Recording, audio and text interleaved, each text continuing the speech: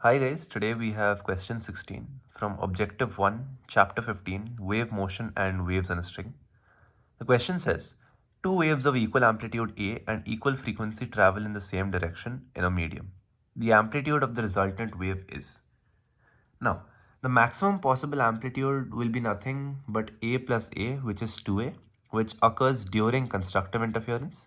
And the minimum possible amplitude will be A minus A, which is 0, which occurs during destructive interference.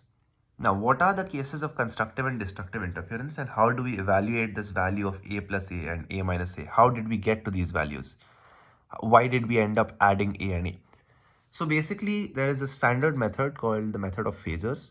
So what we do is we're going to treat these two amplitudes as vectors, and hence the maximum value of the resultant of two vectors is when the vectors are parallel to each other, and hence your maximum amplitude or the maximum value of the resultant of the addition of the two amplitudes will be A plus A, which is 2A.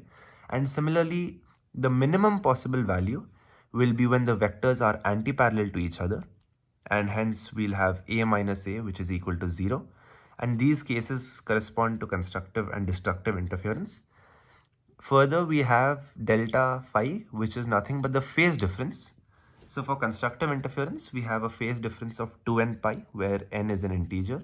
And for destructive interference, we have a phase difference of 2n plus 1 into pi, where n is an integer. This is just extra information for any further questions which we may encounter in the chapter.